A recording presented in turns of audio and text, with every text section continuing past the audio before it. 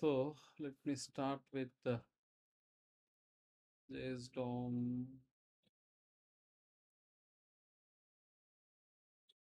DOM లో పెట్టేద్దామా? Already CRUD apps ఉన్నాయి. So rename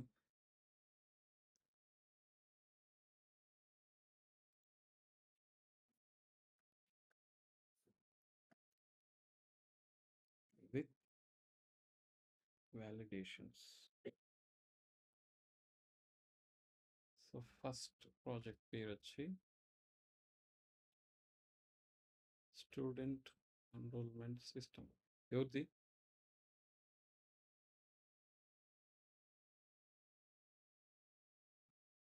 బయట సౌండా? మీ మొబైల్ అంతా సైలెంట్ మోడ్లో ఉందా? గబుక్క నేను పాట రాబోతుంది. నీ పాట నా ఫేవరెట్ పాట. మా ఇంట్లో వాళ్ళంతా గుర్తొస్తారు. నేను సీరియస్గానే ఉంటాను. స్వామి ప్రతిదానికి నవ్వొద్దంటాడు. .html. నీ నవ్వు వేరే వేరే అర్థాలు చెప్తుంది దినేష్. మంచోడు కాదు నువ్వు. Okay fine. ఊరికే నన్ను నన్ను మంచోడు కాదు నేను జగన్ పెట్టుకోవద్దాం. ఫైన్. వ్యాలిడేషన్స్. వ్యాలిడేషన్స్ అంటే ఏంటి అంటే, for example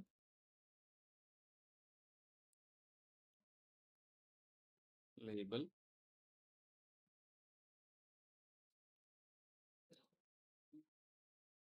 first name input button add user లేదా యాడ్ స్టూడెంట్.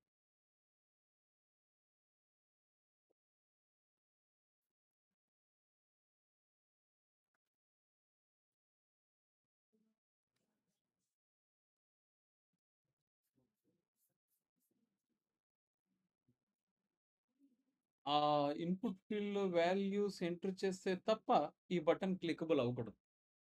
ఈ బటన్ మన కంటికి ఎలా కనిపించాలి అంటే డిసేబుల్. నువ్వు ఇన్పుట్ ఫీల్డ్లో వాల్యూస్ ఎంటర్ చేయాలి, ప్లస్ మినిమం 6 క్యారెక్టర్స్ ఉన్నాయి. మన ఇష్టం, 4 క్యారెక్టర్స్ 6 8 ఇట్లా మనం ఒక కండిషన్ పెడతాం. మన కండిషన్ సాటిస్ఫై అయితేనే, లేకపోతే బటన్ అలానే ఉండాలి. ఇది రూల్. సో బై డిఫాల్ట్ అది డిసేబుల్డ్లోనే ఉంటుంది. నేను వాల్యూస్ని 1 2 3 4 5 6 క్యారెక్టర్స్ ఎంటర్ చేశాను. ఇప్పుడు అది ఎనేబుల్ అవ్వాలి. ఓకే, అలా చేయడం ఎలా అనేదే ఈ validations. Point number 1. Point number 2, label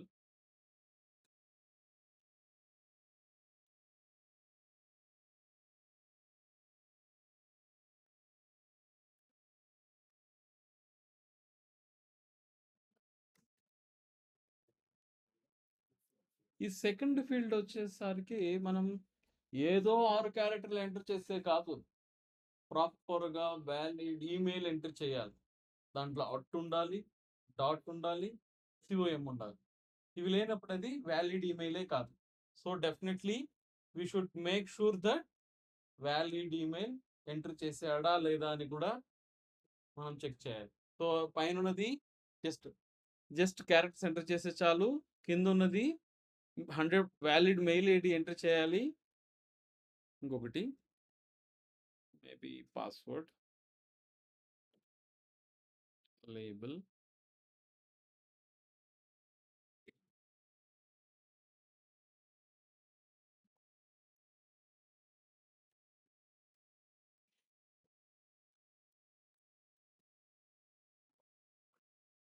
మనం క్రియేట్ చేసే పాస్వర్డ్ స్ట్రింగ్ ఉండాలి, నెంబర్ ఉండాలి, స్పెషల్ క్యారెక్టర్ ఉండాలి.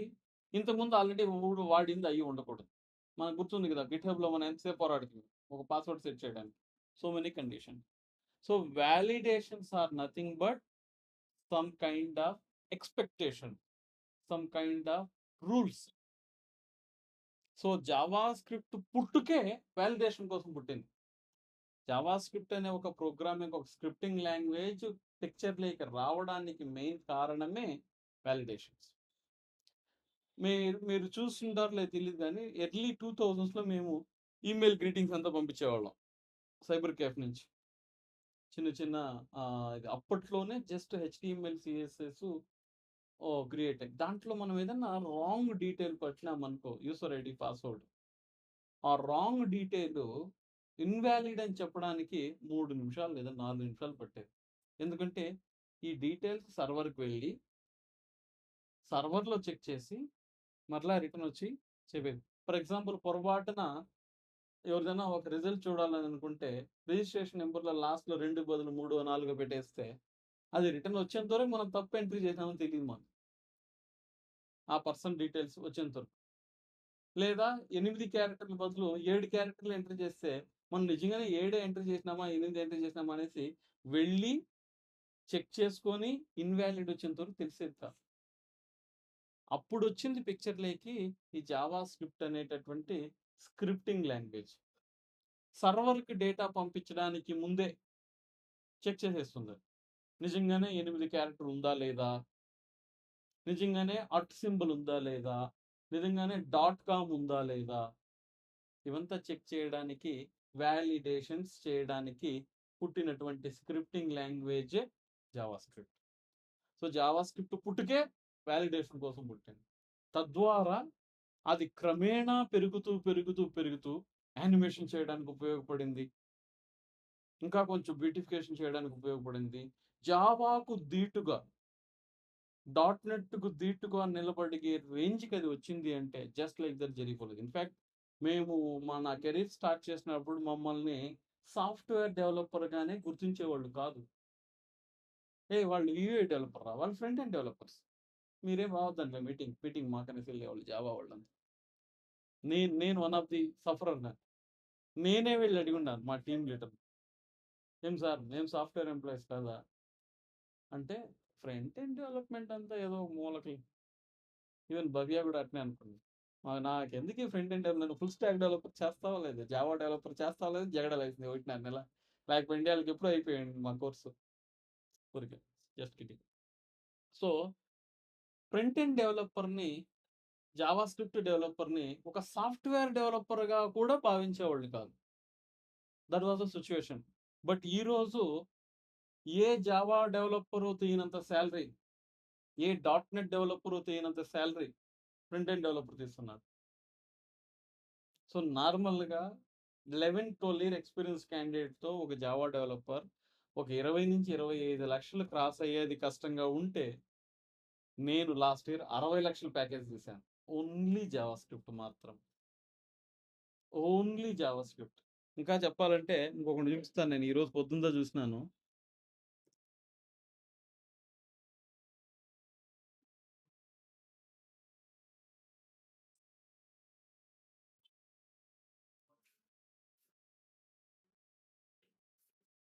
This one. వీడొకడిని ఇంటర్వ్యూ చేశాడు. 2 క్రోర్స్ ప్యాకేజ్ ఉంది. జావా స్క్రిప్ట్ డెవలపర్ వాడు. దా.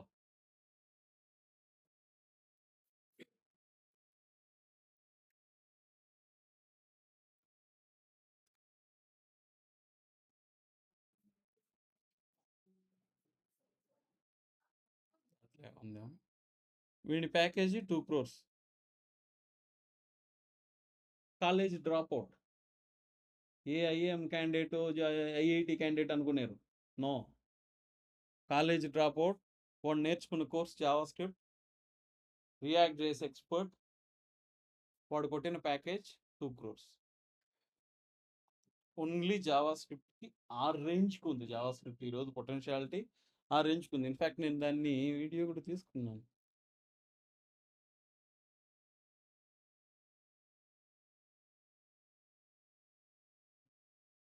Completely remote. Complete remote job. ఇక్కడ స్కిల్స్ చూసారా వీడు వెనకాల? MongoDB, react JS, Java script, express JS, Java script. వాడు వెనకాల ఉండే మొత్తం స్కిల్స్ చూడండి.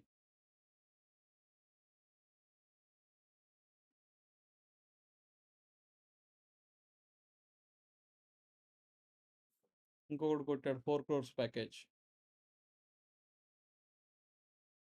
జస్ట్ ఈ లింక్ పెడతాను చూడండి మీకు టైం.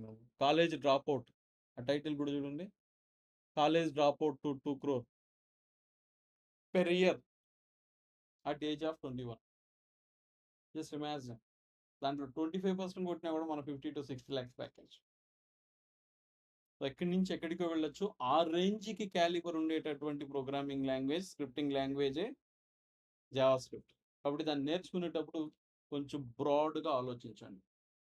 కొంచెం ఇదిగా అన్ని ఆప్షన్, ఇప్పుడు నువ్వు డేటా సైన్స్ అవ్వాలనుకున్నా, డేటా సైన్స్ ఎక్స్పర్ట్ అవ్వాలనుకుంటున్నా, ఆర్టిఫిషియల్ ఇంటెలిజెన్స్ ఎక్స్పర్ట్ అవ్వాలనుకున్నా జావా స్క్రిప్ట్తో చేయొచ్చు. ఆర్టిఫిషియల్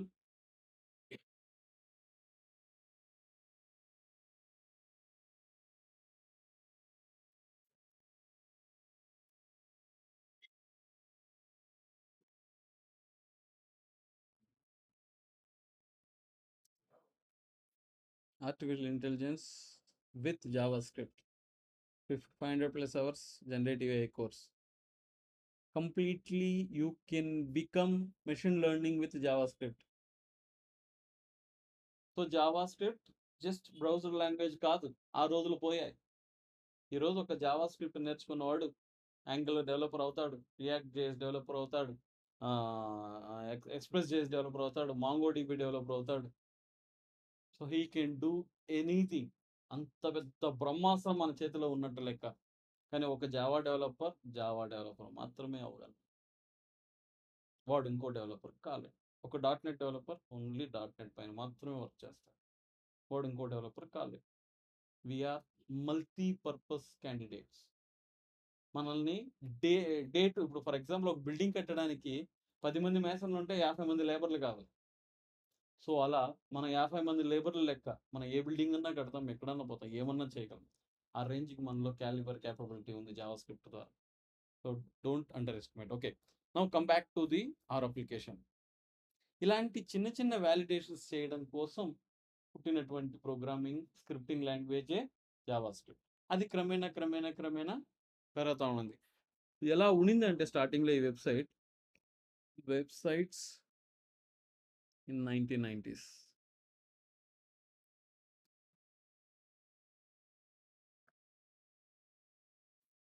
ఇలా ఉండే 90sలో వెబ్సైట్స్. సో ఇక్కడ ఏమన్నా కానీ ఎంట్రీ చేస్తే సర్వర్కి వెళ్ళి అక్కడి నుంచి వ్యాలిడేట్ అయ్యి వచ్చేది, ఇక్కడ డైరెక్ట్గా అయితే కనిపించేది కాదు మాకు. సో అలాంటి వెబ్సైట్స్ ఎర్లీ 90sలో ఉండేది. ఇప్పుడు with help of Java script or additional frameworks, animations, extra effects. In fact ఇప్పుడు ఏమంటే వెబ్సైట్ సెర్చ్ వచ్చేసిందంటే వెబ్కామ్ ద్వారా ఇట్లా అంటామంటే పేజ్ మారుతా పోతుంది, ఇట్లా స్టాప్ అంటే నిలుస్తుంది, జూమ్ అంటే జూమ్ అవుతుంది. ఓకే, ఇట్లంటే స్క్రీన్ షాట్ తీసుకుంటుంది. అప్పుడు ఏ రేంజ్కి ఇంటరాక్టివ్ అయిపోయింది గమనించండి వెబ్సైట్స్. అప్పట్లో ఇలా ఉండేది కాదు. ఓకే, నౌ ఈ వ్యాలిడేషన్స్ని మనం ఎలా చేయాలి? ఇప్పుడు సపోజ్ నేను మొట్టమొదటి ఒక క్యారెక్టర్ ప్రెస్ చేశాను. మొదటి క్యారెక్టర్ ప్రెస్ అయినప్పుడు ఒక ఫంక్షన్ రాసి ఆ ఫంక్షన్ క్యారెక్టర్ ప్రెస్ అయిందా లేదా, అయి ఉంటే ఎన్ని క్యారెక్టర్లు, మనం పెట్టిన కండిషన్ మీట్ అయ్యిందా లేదా అని చెక్ చేయాలి. సో మనం ఎక్కడ ప్రెస్ చేస్తున్నాం? కీబోర్డ్ పైన. So there is a event handler. Key press చేసినప్పుడు కూడా ఫంక్షన్ని కాల్ చేసేలాగా మన దగ్గర కీబోర్డ్ ఈవెంట్స్ ఉన్నాయి. అవి ఏది అంటే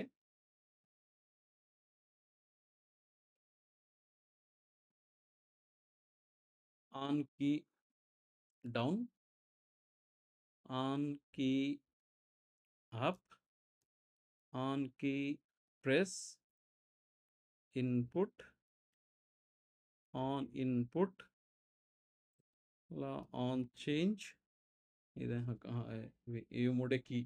చేంజ్ అంటే drop down. So on key up, on key down, on key press, on input అనేటటువంటి 4 ఈవెంట్ హ్యాండ్లర్స్ ఉన్నాయి. ఈవెంట్ హ్యాండ్లర్స్ అంటే ఏంటి? ఈవెంట్స్ అంటే ఏంటి?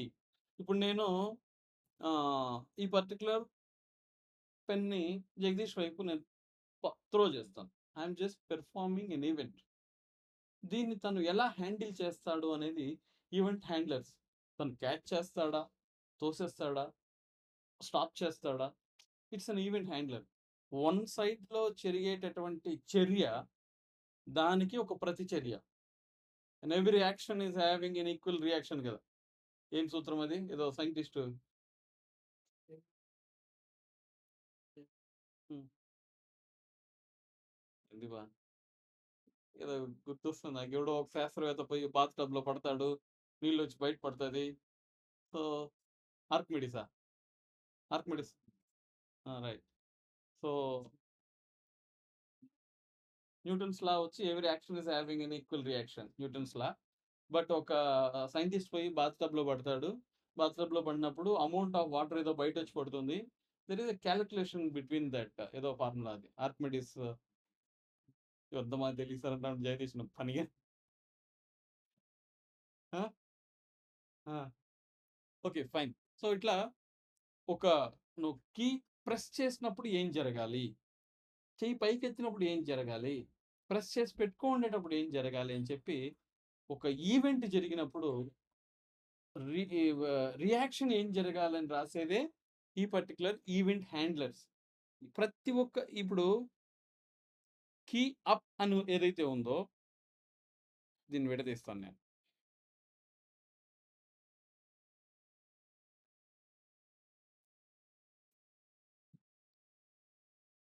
కీ డౌన్ చేయడం event. On key down event handler. Key up అనేది ఈవెంట్. ఆన్ కీ అప్ అనేది event handler. ఎలా ఎలా రాస్తాంరా దీన్నంటే కమెంట్ చేస్తాను దీన్ని. On key up. ఆన్ అని ఉంటే అది ఈవెంట్ హ్యాండ్లర్. ఒక ఫంక్షన్ రాసి హ్యాండిల్ కీ అప్ లేదా validate form.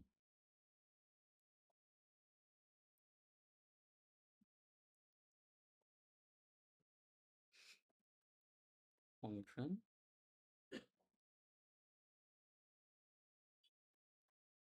you just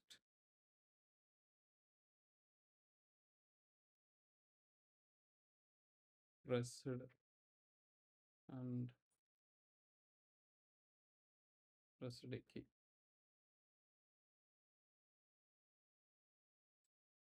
When I run this,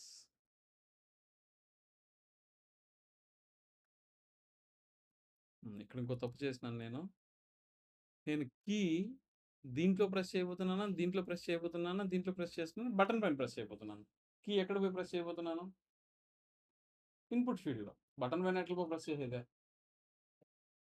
so, button పైన క్లిక్ చేస్తాను. కీ ప్రెస్ చేయండి. క్లిక్ చేసేది బటన్ పైన. వెళ్ళి టైప్ చేసేది ఎక్కడ? కాబట్టి వాలిడేట్ అనే ఫంక్షన్‌ని ఇన్పుట్ ఫీల్డ్‌కి ఇయ్యాలి. బాగా గుర్తుపెట్టుకోండి. ఎక్కడ ఏం పెర్ఫార్మ్ చేయబోతున్నామో అక్కడే ఇయ్యాలి. సో, ఇప్పుడు నేను ఓన్లీ ఫస్ట్ నేమ్‌కి ఫస్ట్ నేమ్ యొక్క ఇన్పుట్ ఫీల్డ్‌లో నేను వేలు పెట్టి పైకెత్తినప్పుడు ఒక ఫంక్షన్ ట్రిగ్గర్ అవుతుంది చూడండి. ఫస్ట్ నేమ్ యొక్క ఇన్పుట్ ఫీల్డ్‌లో ఏం జరగలేదు. చెయ్యి ఎత్తిన వెంటనే కిందొచ్చింది. సో, నేను కీ అప్ అని ఇచ్చాను కాబట్టి చెయ్యి ఎత్తితే వచ్చింది. అలా కాకుండా నేనిక్కడ ఆన్ కీ ప్రెస్. దీని మీనింగ్ ఏంటి? వెన్ ఐ ప్రెస్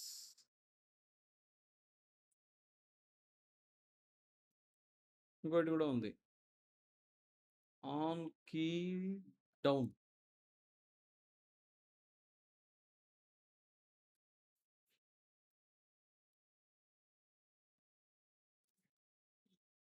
ట్రిగ్గర్ అవుతూనే ఉంటుంది.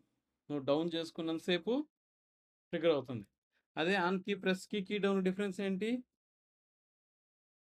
ఆన్ కీ ప్రెస్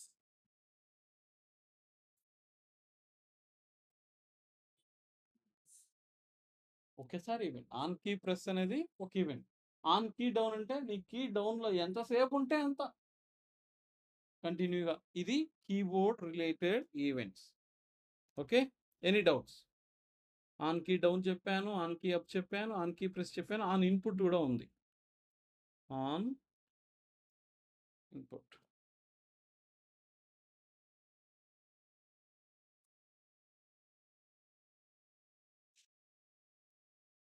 ఇది కాకుండా ఆన్ చేంజ్. ఆన్ చేంజ్ నువ్వు ప్రెస్ చేసినంత వరకు ఏమీ జరగదు. బయట వచ్చి క్లిక్ చేసావు అనుకో అప్పుడు వస్తుంది. ఆన్ చేంజ్ నువ్వు చేంజ్ ఎంత చేస్తావో ఆ మొత్తం అయిపోయి బయటకు వచ్చి క్లిక్ చేసినావు అంటే నా పని అయిపోయింది అని చెప్పినట్టు లెక్క. అప్పుడు ట్రిగ్గర్ అవుతుంది. సో ఇలాంటి ఏదన్నా ఒక ఈవెంట్ హ్యాండ్లర్ని అటాచ్ చేసి మనం వ్యాలిడేషన్స్ చేయొచ్చు.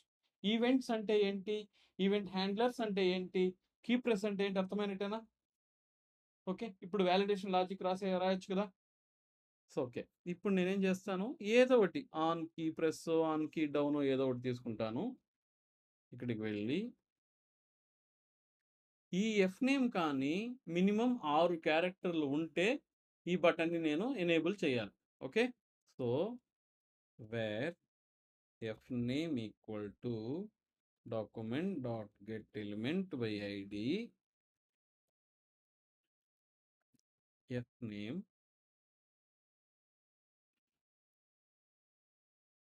Dot value console dot log. Okay, ఇప్పుడు మనం టైప్ చేయడం స్టార్ట్ చేస్తాం. 1 2 ఆన్ కీ డౌన్ అనేసి అట్లా వచ్చిందా. Let's on key press 1 2 3 4 5 6. ఇది కూడా రాలేదు. On key press, on key press, on key up.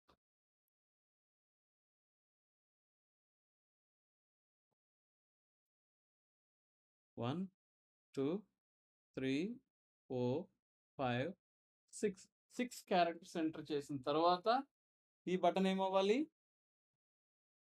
Okay, so ఇప్పుడు మనం చెక్ చేద్దాం.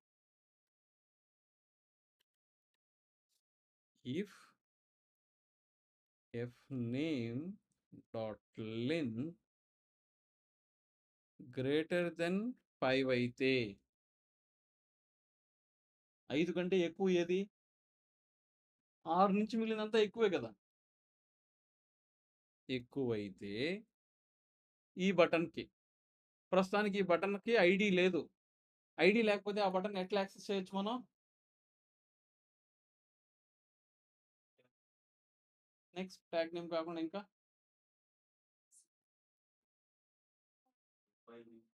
By perfect query selector tag name ఏదైనా వాడుకోవచ్చు. So document dot query selector of button dot remove attribute. అంటే ఇప్పుడు దేనివల్ల ఇది డిసేబుల్డ్ అయ్యింది? ఈ డిసేబుల్డ్ అనే అట్రిబ్యూట్ వల్ల. ఈ డిసేబుల్డ్ అనే అట్రిబ్యూట్ ఎలా ఉంటుంది తెలుసా? ఇలా ఉంటుంది. అందువల్ల ఇది డిసేబుల్ అయింది. ఒకవేళ నేను కానీ పీకి పడేసినాను అనుకో డిసేబుల్డ్ని, బటన్ ఎలా ఉంది? సో ఎప్పుడైతే మీ ఇన్పుట్ ఫీల్డ్లోని క్యారెక్టర్స్ 5 కంటే ఎక్కువ ఉందో అప్పుడు డిసేబుల్డ్ని పీకేయండి. That will become enabled. So document dot query selector ఎలాగైతే మనం సెట్ అట్రిబ్యూట్ వాడి సెట్ చేసామో అదేలాగా రిమూవ్ అట్రిబ్యూట్ వాడి రిమూవ్ చేసేయచ్చు. సో దాని పేరేంటి? నువ్వు రిమూవ్ చేయాలనుకున్న అట్రిబ్యూట్ పేరు డిసేబుల్డ్. దాని వాల్యూ ఏంటి? ట్రూ. ఉన్నదాన్ని పీకేయాలి, నువ్వేం మార్చను కాదు, మార్చేది వదిలే. సో MURALI తగ్గిస్తే పోలే. ఎందుకంటే నువ్వు రిమూవ్ చేయడానికి కోడ్ రాసినావే కానీ తక్కువగా ఉంటే మరలా యాడ్ చేయడానికి ఇంకా కోడ్ రాయలే. అర్థమైందా? అన్నం తినమని చెప్పావు కానీ నువ్వు చేయి కడగమని చెప్పలే. కాబట్టి నీ ఎండ్ ఎంతవరకు అట్నే ఉంటా. ఇది కాన్సెప్ట్. కాబట్టి మనం జగదీష్ కేర్ఫుల్గా ఉండాలి. కాబట్టి ఎల్స్ రిమూవ్ చేసేదానికి కూడా నేను కోడ్ రాసేస్తాను బాబు. మళ్ళీ నువ్వు నన్ను ఏం వచ్చి బ్లేమ్ చేయదు. ఈసారి సెట్ రిమూవ్ కాదు, సెట్ అట్రిబ్యూట్.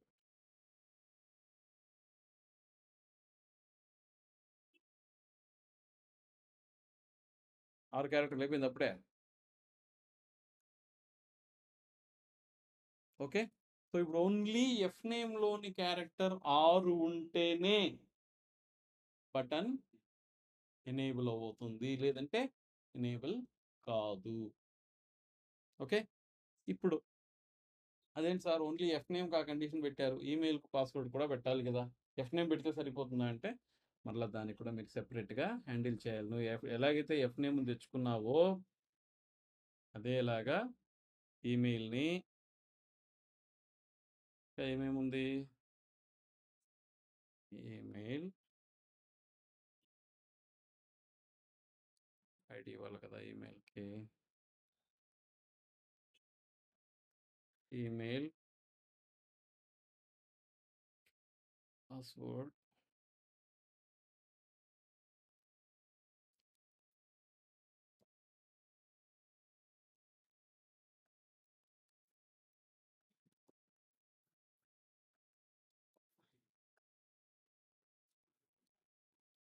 ఇప్పుడు మన దగ్గర 3 ఉంది. ఈ పర్టికులర్ ఇఫ్ కండిషను కేవలం ఎఫ్ నేమ్కి మాత్రమే పనిచేస్తుంది, ఎల్ నేమ్కి పనిచేయట్లేదు. సో ఇప్పుడు నేనేం చేస్తున్నాను,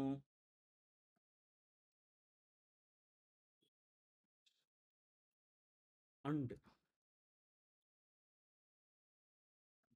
ఈమెయిల్ యొక్క లెంత్ కూడా నాకు 5 కంటే ఎక్కువ ఉండాలి.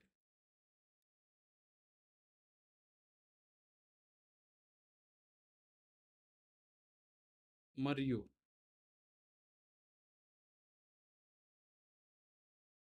పాస్వర్డ్ యొక్క లెంత్ కూడా గ్రేటర్ దెన్ 5 అయి ఉండాలి.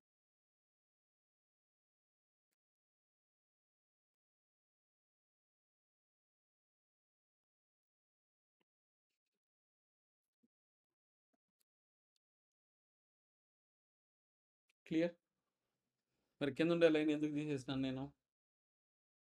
ఎందుకంటే ఒకవేళ కింద ఉండే లైన్ అలానే ఉండింది అనుకోండి, ఏంటి పరిస్థితి చూడండి.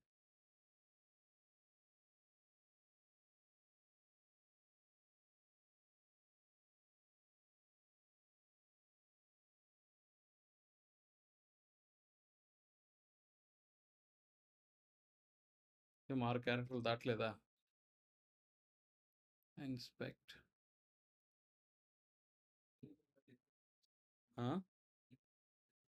ఈమెయిల్ లెంత్ ఇవ్వలేదు నేను. పాస్వర్డ్ డాట్ లెంత్ కండిషన్ ఇవ్వలేదు. Yeah, so greater than 5. 1 2 3 4 5 6 1 2 3 4 5 6. మళ్ళీ ఏదో తప్పు చేశాను అండి, అది ఎర్రర్ వస్తుంది.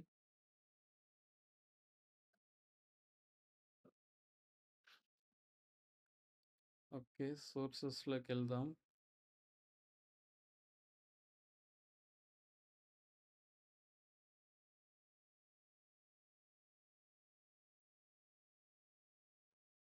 Okay,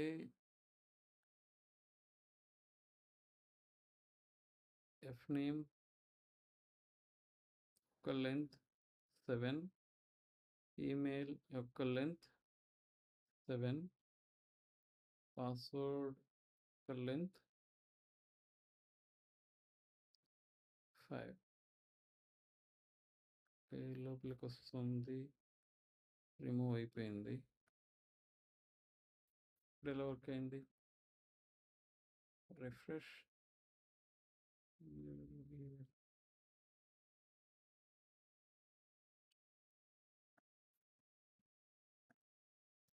okay. ఏడేమో తెలియక నేను చేశాను గానీ, వీటినన్నిటికి ఆన్ కీ ఇవ్వలేదు కదా మిగిలిన దానికి.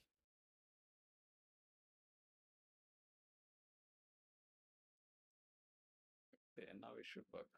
నాకు లేబుల్‌కి ఇచ్చానా? కరెక్టేనా? 1, 2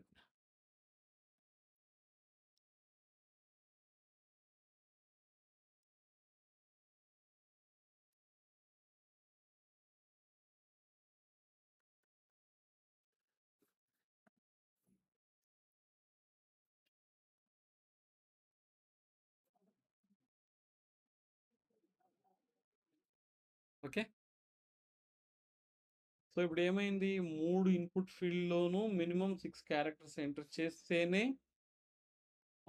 ఆ పర్టిక్యులర్ బటన్ అనేది ఎనేబుల్ అవుతుంది. ఒకవేళ కాదు ఏ ఒక్క ఫీల్డ్‌లో అయినా నువ్వు గాని ఇన్‌పుట్ క్యారెక్టర్‌లు 6 క్యారెక్టర్స్ ఎనేబుల్ 6 క్యారెక్టర్స్ ఎంటర్ చేయలేదు అంటే ఎనేబుల్ అవ్వదు. This is what validations means. Any questions? Okay. So, ఇప్పుడు నేనిక్కడ మన డాక్యుమెంట్‌లో students, students state name, age, students bachelor okay. ID name. So, students దీంట్లో current song recipe. Okay. Let's start with this. So, student enrol సిస్టమ్స్‌లో నేను ఒక form create చేయాలి. దాంట్లో నీ ప్రాపర్టీస్ ఇవి. So, it means let me get create a simple HTML form with the following inputs.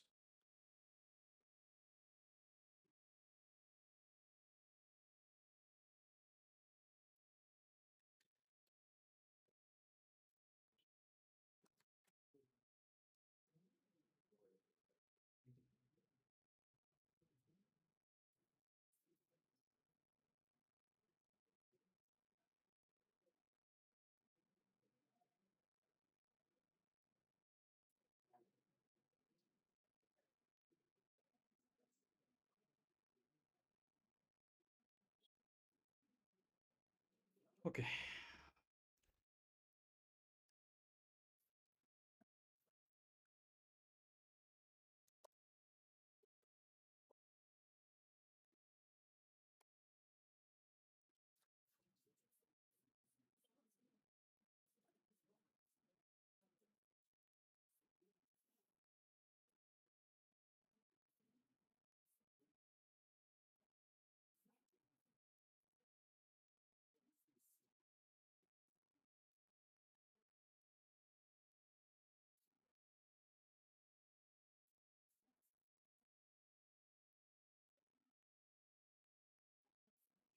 Okay. ఇది form. ఇప్పుడు నేను దీనికి వాలిడేషన్స్ అటాచ్ చేయాలి. సో, వాలిడేషన్ అటాచ్ చేయాలి అంటే ప్రస్తుతానికి go for the button disabled పెట్టేసాను. ఈ హోవర్ వల్ల ఆ ఎఫెక్ట్ అది డిసేబుల్ అయినట్టు మనకు కనిపించట్లేదు.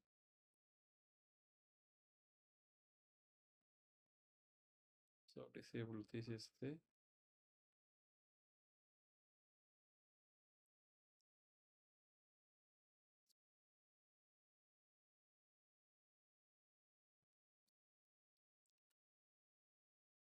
ఆన్ క్లిక్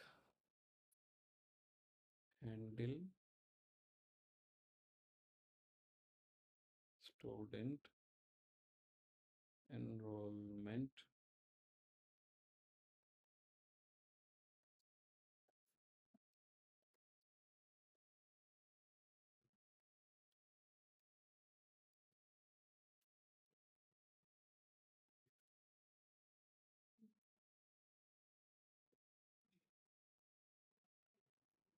అనే క్లిక్ చూసారా కింద వస్తుందా? ఒకవేళ అదే నేను దీన్ని డిసేబుల్ చేసేసి ఏం జరుగుతుంది చూడండి.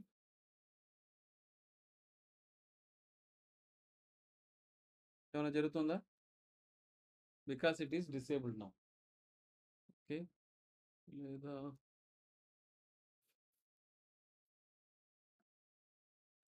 Give me a disabled colour for button.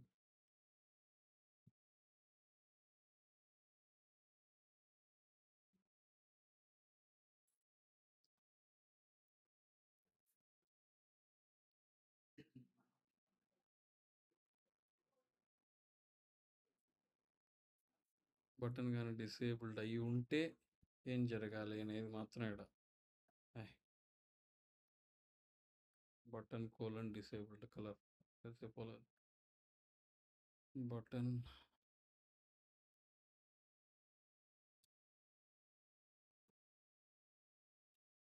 Disabled అయ్యి ఉంటే బ్యాక్గ్రౌండ్ కలర్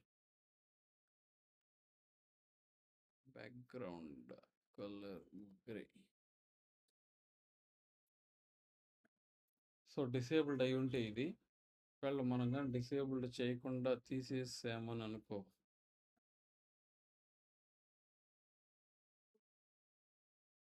ఓకే, డిసేబుల్డ్ కానీ అయి ఉంటే కర్సర్ పాయింటర్ చేయి సింబల్ కర్సర్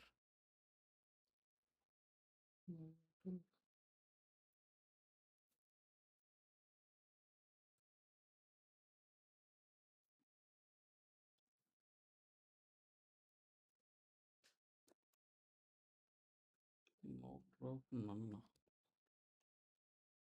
ఇది మాదిరి వస్తుంది కదా. అదే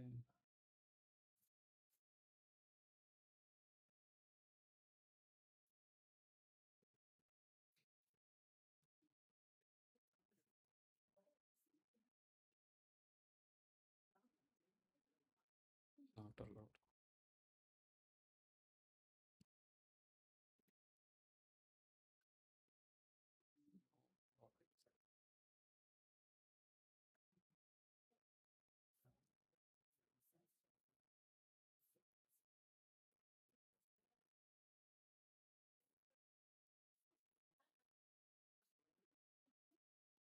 నాట్ అలౌడ్ అని పెడితే ఏం రావట్లేదు ఎందుకు?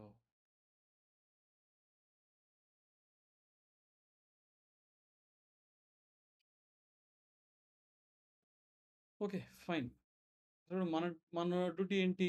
యూజర్ ఐడి ఎంటర్ చేయాలి, నేమ్ ఎంటర్ చేయాలి, ఏజ్ ఎంటర్ చేయాలి, జెండర్ ఎంటర్ చేయాలి, కోర్సెస్ ఎన్రోల్డ్ ఎంటర్ చేయాలి, ఎన్రోల్మెంట్ డేట్ ఎంటర్ చేయాలి. ఇవన్నీ చేస్తేనే మనం యూజర్ని బటన్ని వచ్చి ఎనేబుల్ చేయాలి, లేదంటే ఎనేబుల్ చేయకూడదు. Okay, let's write the code for that.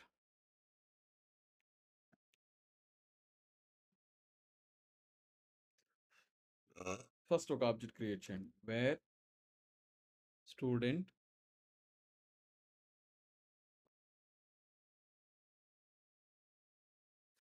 ఏమేమి ప్రాపర్టీస్ ఉంది మనకి? ఐడి ఉంది. సో ఐడికి value document dot get element by ID dot value. ID value వచ్చేసిందా? నెక్స్ట్ ఏముంది? ఐడి తర్వాత నేమ్ ఉంది. సో నేమ్ అనే property, name. Next age,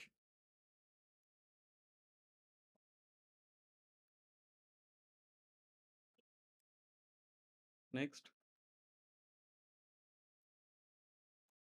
gender, next courses ఎన్రోల్డా,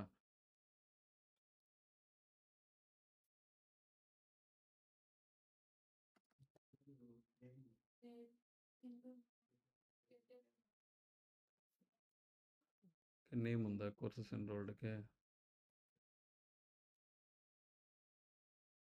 ID లేదా?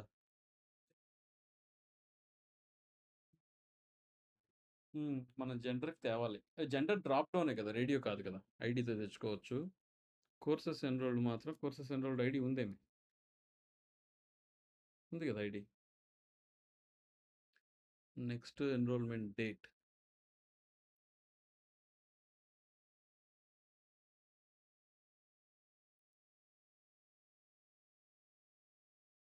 ఓకే. ఇదంతా అయిపోయిన తర్వాత ప్రస్తుతానికి చెక్ చేద్దాం. తర్వాత లాస్ట్‌లో యాడ్ చేద్దాం డిసేబుల్డ్‌ని. console.log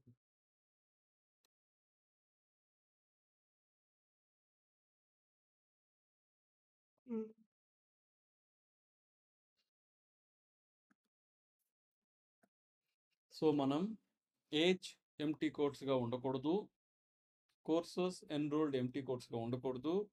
enrolled date empty quotes ఉండకూడదు. జెండర్ ఎంప్టీ కోట్స్ ఉండకూడదు. ఐడీ, నేమ్ ఏది కానీ ఎంప్టీ కోట్స్ ఉండకూడదు. ప్రతి ఒక్కటి ఎంప్టీ కోట్ కాకుండా దాని లోపల ఏదన్నా ఒక వాల్యూ ఉంటేనే మనం బటన్ ఎనేబుల్ చేయాలి. లేదంటే చేయకూడదు. నేను మీకు ఒక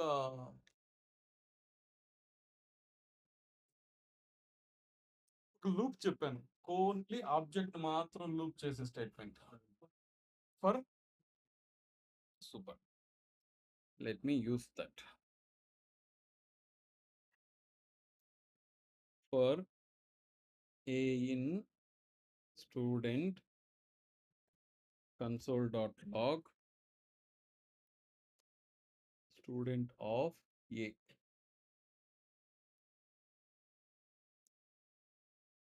ఇది ఏ వాల్యూస్ ఇస్తుంది మనకి?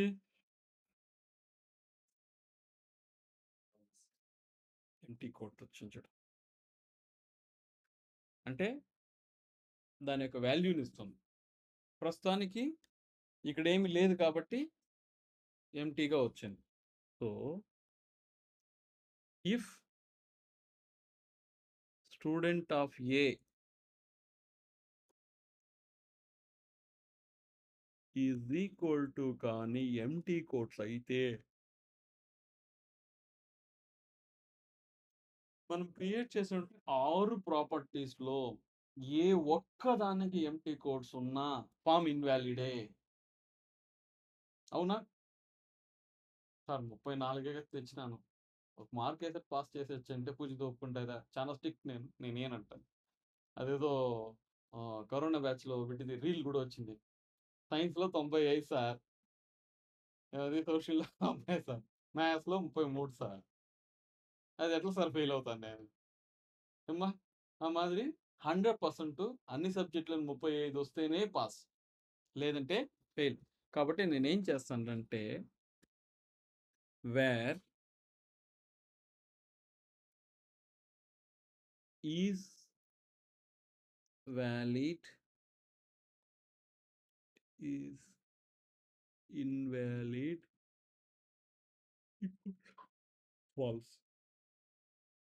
ఏ ఒక్క సబ్జెక్ట్ ఏ ఒక్క ఇన్పుట్ ఫీల్డ్లో వాల్యూ లేకపోయినా ఇన్వాలిడ్ని నేను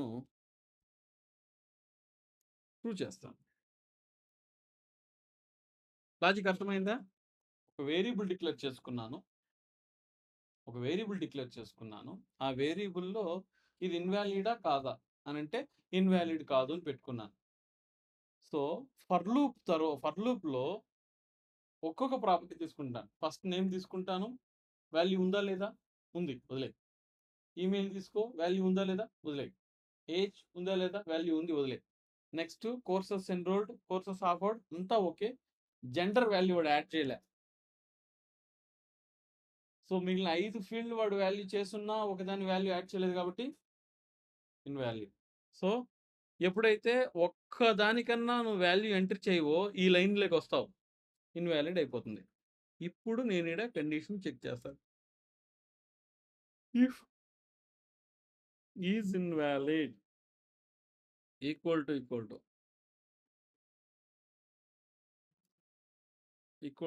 టు కానీ ట్రూ అయితే అప్పుడు నేనేం చేస్తాను? బటన్ని డిసేబుల్ చేసేస్తాను boss. Document dot query selector dot button dot set attribute disabled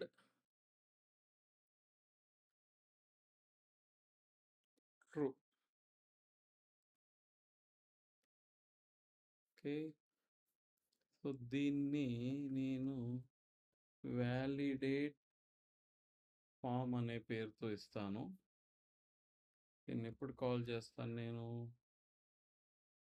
ప్రతి ఒక్క ఇన్పుట్ ఫీల్డ్లోనూ on key up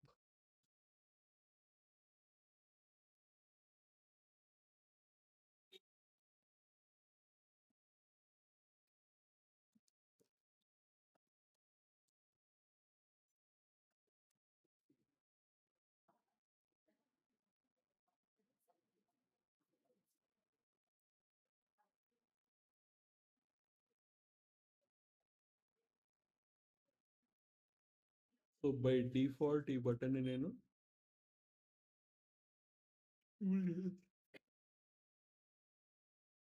else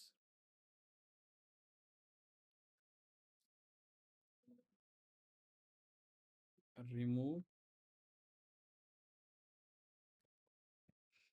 by default button disabled. చూడండి, ఒక్కొక్క క్యారెక్టర్ ఎంటర్ చేసేప్పుడు చాలు మనం.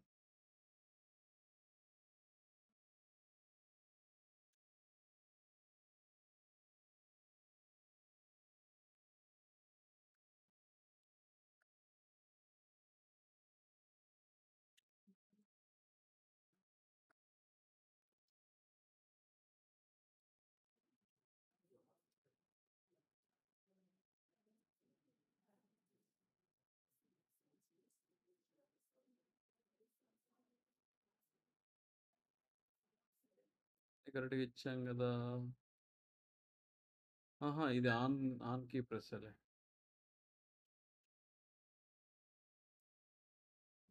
ఇది invalid falls. Okay.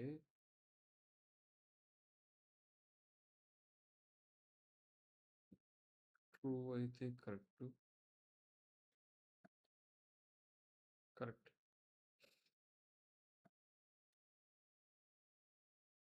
Disable, enable. దేన్ని తీసేసినా డిసేబుల్ అయిపోతుంది, ఎనేబుల్ అయిపోతుంది. వాల్యూ తీసేస్తే డిసేబుల్.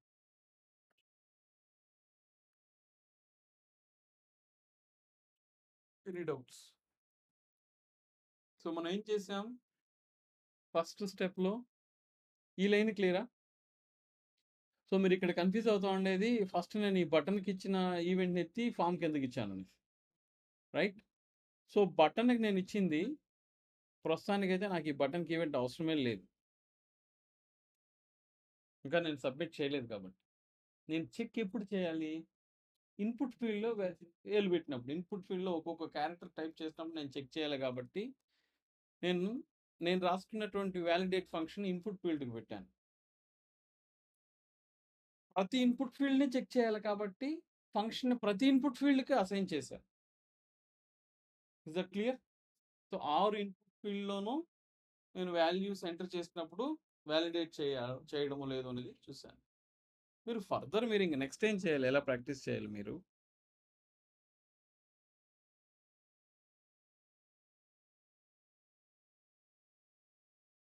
డౌట్ లేదు.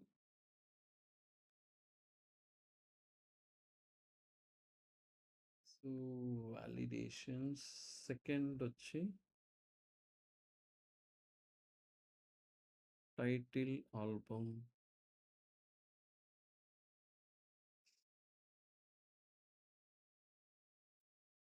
create a simple form following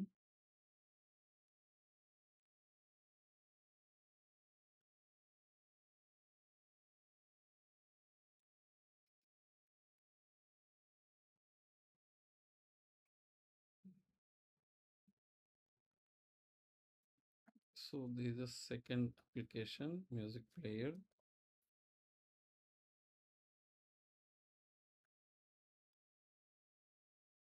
App 2, music player, index.html.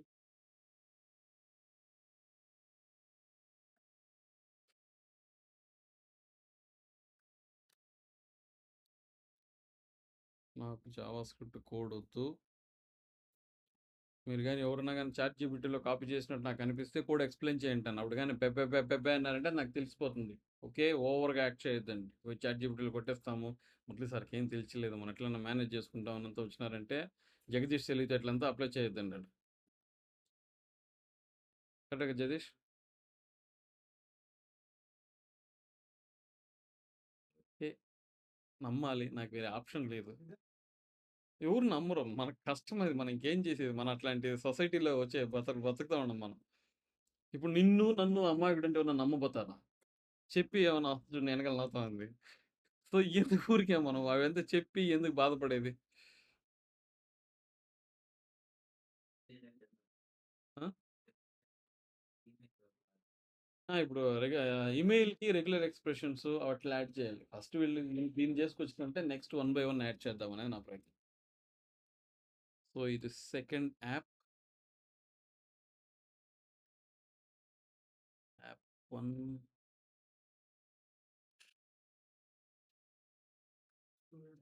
Student enrolment system.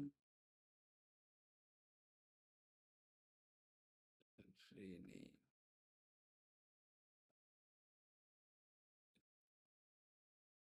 So, next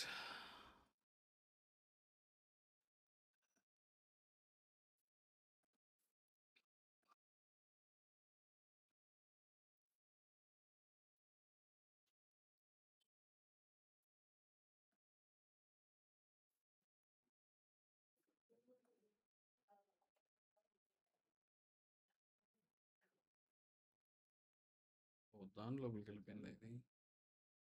app వాలిడేషన్స్.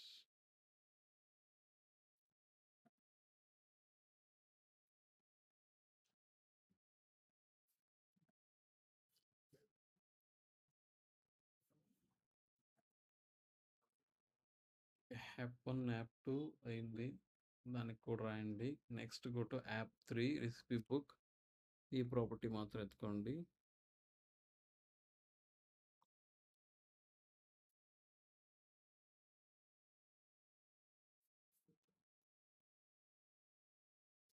Create only HTML form with the following properties.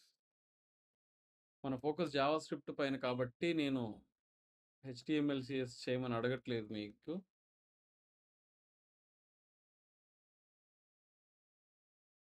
So third question ఏంటి? Recipe book.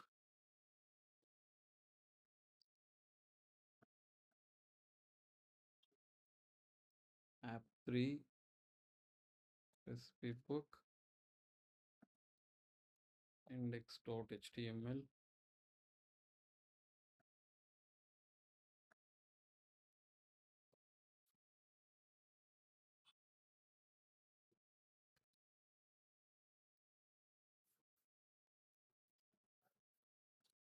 Add CSS to it.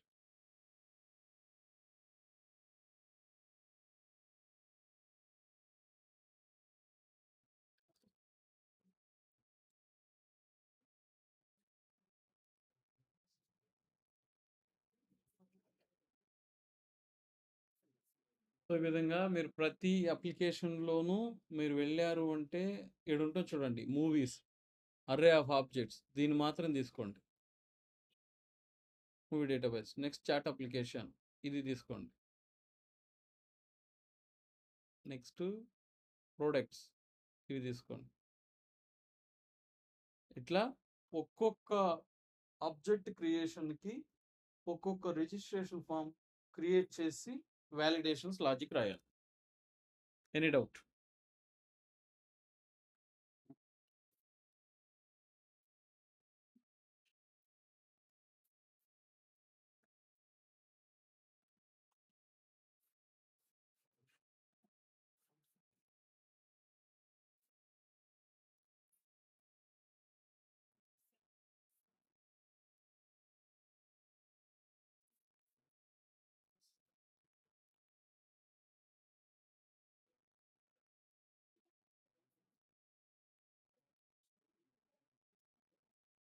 Any questions?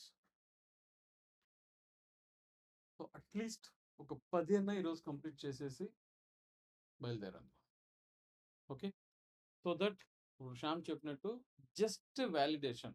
ఇక్కడ చూసారంటే savings category, radio button, check boxes, ఇట్లాంటివి దానికి మనం ఆ validation apply చేయాలంటే డిఫరెంట్గా చేయాలి.